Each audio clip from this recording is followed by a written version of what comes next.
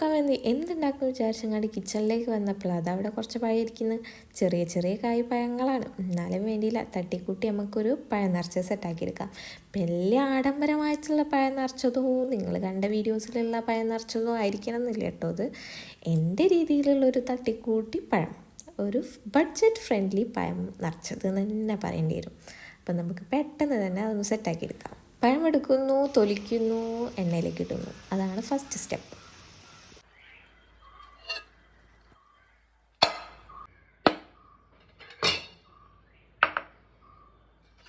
Not the point, ഒരു തട്ടിക്കൂട്ടി പഴം നിറച്ചതാണ്. കാരണം വലിയ ആഡംബരമായിട്ട് അണ്ടിപ്പരിപ്പ്, മുന്തിരി അങ്ങനത്തെ സംഭവങ്ങളൊന്നും ഇട്ടിട്ട്, അങ്ങനത്തെ സംഭവം പൊതുവേ എനിക്കിഷ്ടമല്ല, അതിനെക്കൊണ്ട് ഞാൻ ഇടാനൊന്നും നിന്നിട്ടില്ല. അപ്പം ഒരു തട്ടിക്കൂട്ടി പഴം നിറച്ച് നമുക്ക് പെട്ടെന്ന് തന്നെ ഈസി ആക്കിയിട്ട് സെറ്റാക്കിയെടുക്കാം.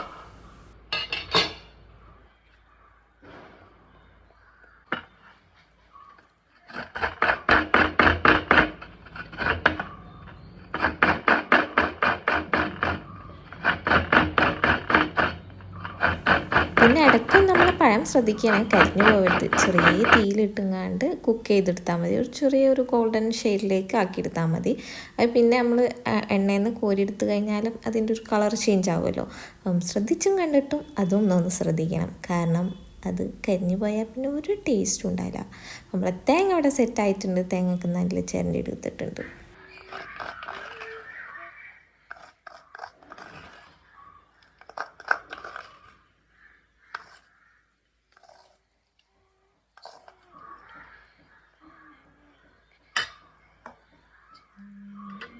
ഇനി നമുക്ക് ഇതിൻ്റെ പഴത്തിൻ്റെ ഉള്ളിൽ നിറയ്ക്കാനുള്ള ഫില്ലിങ് സെറ്റാക്കിയെടുക്കാം. സെയിം പാനിൽ നിന്ന് ഓയിൽ കുറച്ച് മാറ്റിയിട്ട് കുറച്ച് ഓയിൽ ഒഴിച്ചേക്ക് തേങ്ങ ഇട്ട് കൊടുക്കാം. എന്നിട്ട് തേങ്ങ നല്ല വറുത്തൊന്ന്, അതും ഇതേമാതിരി നല്ല മൊരിച്ചെടുക്കണ്ട, ജസ്റ്റ് ഒന്ന് ഒരു കളർ ചേഞ്ച് ആക്കിയെടുത്താൽ മതി. എന്നിട്ട് അതിലേക്ക് പഞ്ചസാര വേണം, പഞ്ചസാര ആഡ് ചെയ്യാം. ഇതിലേക്ക് അണ്ടിപ്പരിപ്പ്, മുന്തിരി അങ്ങനത്തെ സംഭവങ്ങൾ ആഡ് ചെയ്യാം. കുറച്ച് ഏലക്കായ് പൊടിച്ചതൊക്കെ ആഡ് ചെയ്യും. അതൊക്കെ ഓപ്ഷണലാണ്, അതൊക്കെ താല്പര്യമുള്ളവരും ഇഷ്ടമുള്ളവരും ചെയ്യാം. എനിക്കതൊന്നും അതിൻ്റെ ടേസ്റ്റ് ഒന്നും ഇഷ്ടമല്ലാത്തതുകൊണ്ട് ഞാനൊന്നും ചെയ്യാൻ പോയിട്ടില്ല. ജസ്റ്റ് നമ്മൾ കോക്കനട്ട് ഒന്ന് വറുത്തെടുത്തതിന് ശേഷം, നല്ല മൊരിക്കരുതേ, ഞാൻ വീണ്ടും പറയുന്നു. അപ്പം അതിലേക്ക് കുറച്ച് പഞ്ചസാര ഇട്ടുങ്ങാണ്ട് വീണ്ടും വീണ്ടും കടുക് വറ.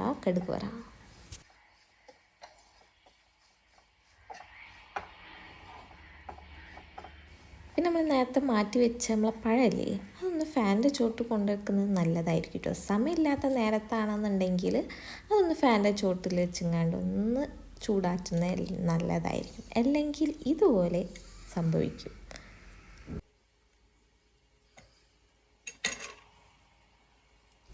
പിന്നെ ചൂടൊക്കെ ഹോൾഡ് ചെയ്യാൻ പറ്റുന്നവരാണെന്നുണ്ടെങ്കിൽ യാതൊരു വിഷയവുമില്ല.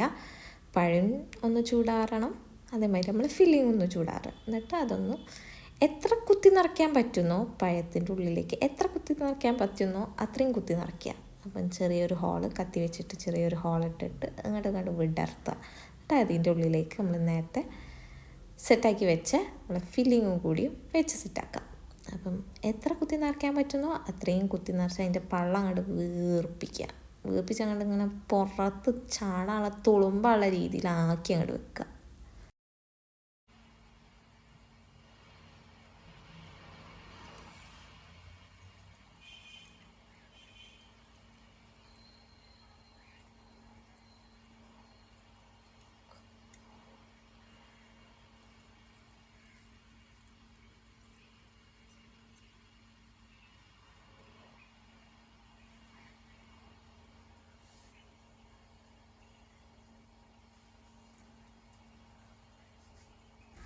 പിന്നെ നല്ല വലിയ പഴം കിട്ടുകയാണെങ്കിൽ അതായിരിക്കും ഏറ്റവും ബെറ്റർ. എൻ്റെ അടുത്തുള്ള അവിടെ വീട്ടിലുണ്ടായിരുന്ന പഴയതായതുകൊണ്ട് ഇപ്പം വേറെ വഴിയില്ലല്ലോ. അപ്പോൾ പിന്നെ ഞാൻ അത് വെച്ച് അങ്ങോട്ട് അഡ്ജസ്റ്റ് ചെയ്തു. വലിയ നല്ല പഴമാണെന്നുണ്ടെങ്കിൽ നമുക്ക് ഫില്ലിങ് ഒക്കെ അടിപൊളിയായിട്ട് നല്ല വൃത്തിയിലായി ഭംഗിയിലാക്കി സെറ്റാക്കിയെടുക്കാം. എൻ്റെതൊക്കെ ചിലതാണ് ശോഷിച്ച മാതിരിയുള്ള പഴങ്ങളാണ്, ചില നല്ല ഭംഗിയുണ്ട്. അപ്പം അതൊക്കെ ഒന്ന് നല്ല വൃത്തിയിലാക്കി സെറ്റാക്കിയെടുക്കാം. അപ്പോൾ എല്ലാം നല്ല ഫില്ലിംഗ് ഒക്കെ സെറ്റാക്കി ഇങ്ങാണ്ട് നിരനിരായി വെച്ചിട്ടുണ്ട്. ഇനി ഒന്ന് ബാങ്ക് കൊടുത്താൽ മതി. പിന്നെ ടേസ്റ്റിൻ്റെ കാര്യത്തിൽ യാതൊരു കോംപ്രമൈസും ഉണ്ടാവില്ല. തേങ്ങയും പഴമല്ലേ, നല്ല ടേസ്റ്റും ഉണ്ടാവും. അപ്പോൾ പിന്നെ എല്ലാവരും ഒന്ന് ട്രൈ ചെയ്ത് നോക്കി. പഴം തേങ്ങ വീട്ടിലുണ്ടാവണ എപ്പോഴും നോർമലായിട്ടുള്ള അണ്ടിപ്പരിപ്പ് മുന്തിരി ഒന്നും വേണമെന്ന് നിർബന്ധമില്ല. അപ്പോൾ എല്ലാവരും ഒന്ന് ട്രൈ ചെയ്ത് നോക്കിയിട്ട് ഫീഡ്ബാക്ക് കാര്യങ്ങളൊന്ന് കമൻ്റായിട്ട് അറിയിക്കുക. വീഡിയോ ഇഷ്ടപ്പെട്ടാൽ ലൈക്ക് ചെയ്യുക, ഷെയർ ചെയ്യുക, സബ്സ്ക്രൈബ് ചെയ്യുക. സോ എല്ലാവർക്കും ബൈ.